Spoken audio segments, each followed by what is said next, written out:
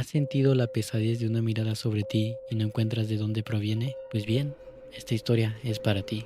Saiko, capítulo El pueblo mirón. Saiko es una chica la cual vive una vida escolar relativamente normal. Tareas, trabajos en equipo e incluso tiene pretendientes. Todo normal, hasta que un día las cosas comienzan a ponerse extrañas. Ella sueña con uno de sus pretendientes, el cual va a darle un regalo. Sin embargo, al poco tiempo se entera que este ha sido encontrado asesinado. Ella cree que todo es una simple coincidencia, pero contrario a lo que cree, las cosas extrañas no han hecho más que iniciar.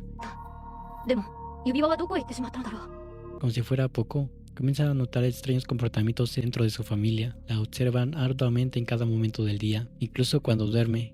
Harta de esto, ella huye de su casa a la casa de una tía, creyendo que así estará mejor. Un grave error, el cual se repetirá al poco tiempo. En este mundo, algo tan vital como la privacidad ha dejado de ser una necesidad a convertirse en todo un privilegio. Aristóteles, como sabemos, fue un gran filósofo que existió hace varios siglos, muy influyente por sus ideas, y más en siglos posteriores a su muerte. Ahora te preguntarás, ¿el por qué lo menciono? ¿Es muy importante para este tema? Pues la verdad es que sí. La razón del por qué lo menciono no es para hablar de su filosofía ni mucho menos, sino de una acción que posee su mismo nombre, hacer un Aristóteles. El hacer un Aristóteles es algo muy poco común y de cierto modo atemorizante, pero a todo esto, ¿qué es un Aristóteles? Pues verás, explicándolo de forma simple, es que mientras que tú estás durmiendo, alguien entra a tu cuarto y te comienza a susurrar cosas en el oído para que sueñes con él. Tú conscientemente lo haces sin oponer resistencia alguna. Algo muy psicópata si me lo preguntas a mí. Por favor, no hagan esto. Saiko comienza su noche teniendo un sueño normal hasta que algo extraño surge. Uno de sus pretendientes aparece en su sueño. Ella, extrañada, le reclama el por qué está en sus sueños. Ella, enojada, sabe que le hizo un Aristóteles. Él lo confirma y le dice que fue por una buena razón: darle un regalo. Saiko le pide que si le quiere decir algo, se lo diga mañana, de forma presencial. Él le pide que acepte su regalo. De pronto, entre las sombras se asoma un señor misterioso, el cual posee un cuchillo. Este señor se hace llamar Jack el Destripador. Sí, el famoso Jack el Destripador. Él se acerca a los muchachos y con una sonrisa maniática ataca al chico.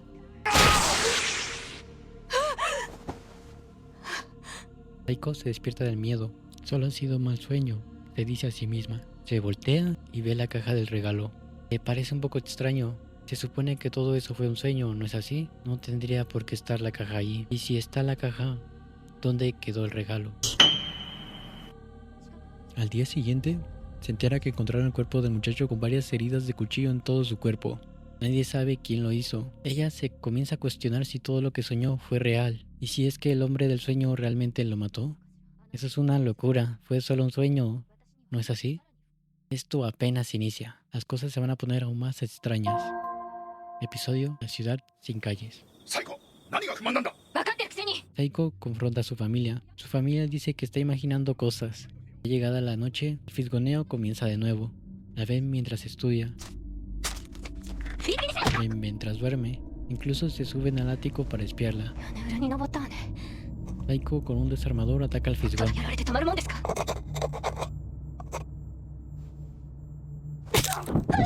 Al día siguiente, heridas en su hermano y en su padre.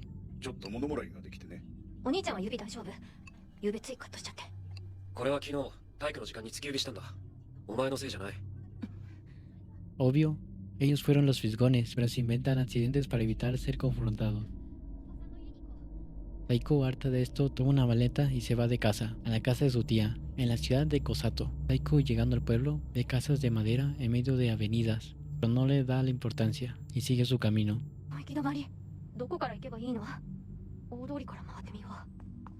Llega donde un vendedor de máscaras. Ve a mucha gente usando máscaras.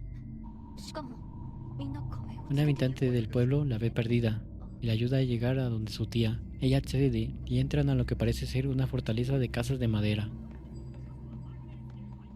resguardada de todo el mundo exterior. Todo ahí es muy oscuro. Apenas se logran iluminar con las luces de los faros públicos.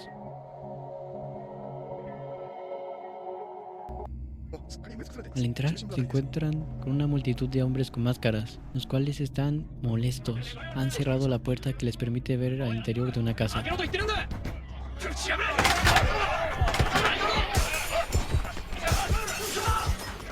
Saiko se aterra de todo lo que está sucediendo. Ella se pregunta qué diablos pasa aquí. La multitud saca a una pareja de su casa y después de agredirlos los dejan amarrados a un poste.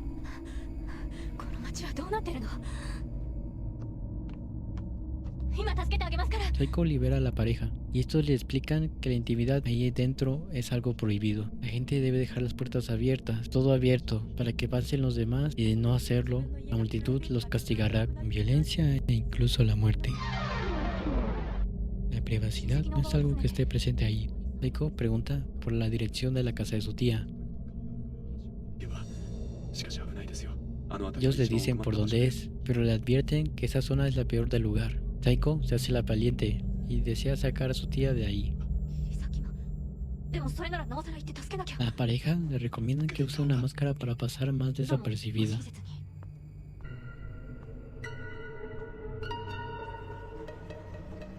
Usan la máscara. なんて Después de un 気分悪いんだ tiempo ろう。 logra dar con la casa de su tía. ここ開けて。私よ。最後よ。おばさん。 La tía la recibe con muy poca ropa. Su tía animada le dice que está feliz de poder verla. どうしたのその格好。 Le menciona que al principio se sentía horrible ahí adentro. Trató de ocultarse, それにその格好は何よ。服着てよ。 ごめんなさい。 pero cada intento era inútil. De cualquier forma la lograban observar, o lograban colarse a donde estaba ella. Con el pasar del tiempo, ella se acostumbró a que la vieran. Su tía le menciona que cientos de agujeros están por toda la casa, y seguro en ese mismo momento la están observando. Ella abandonó toda la intimidad que tenía. あなただってそうよ。でも今からでも遅くはない。さあ、サイコちゃん、その仮面を捨てて着てる服を脱ぎ捨て Su るのよ。 tía le pide a 脱ぎ捨てるの Saiko que dejen su intimidad de lado y se una a ellos. なのあなたよ。はい、お元気？はい。 Saiko se niega y enojada le dice que se ha vuelto loca. ¿Acaso cada uno de nosotros no merece privacidad? Saiko, enojada, le dice que tanto tiempo ahí le ha afectado. これで引き裂いてやるよ。 Su tía la amenaza con un cuchillo para que se quite la ropa. Saiko se niega y se va de toda prisa de la casa. Trata de buscar una salida del lugar. Ella no se quedará ahí, donde todos puedan observarla. Se topa con unos tipos extraños, los cuales poseen muchos ojos.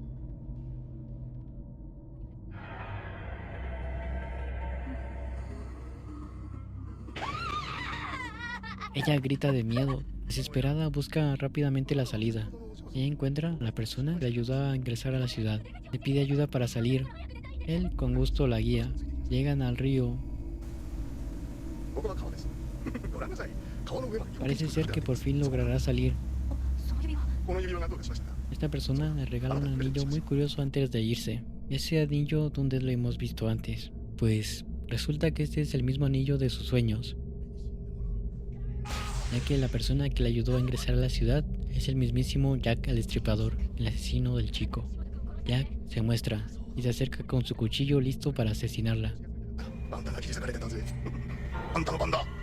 hasta que este se paraliza.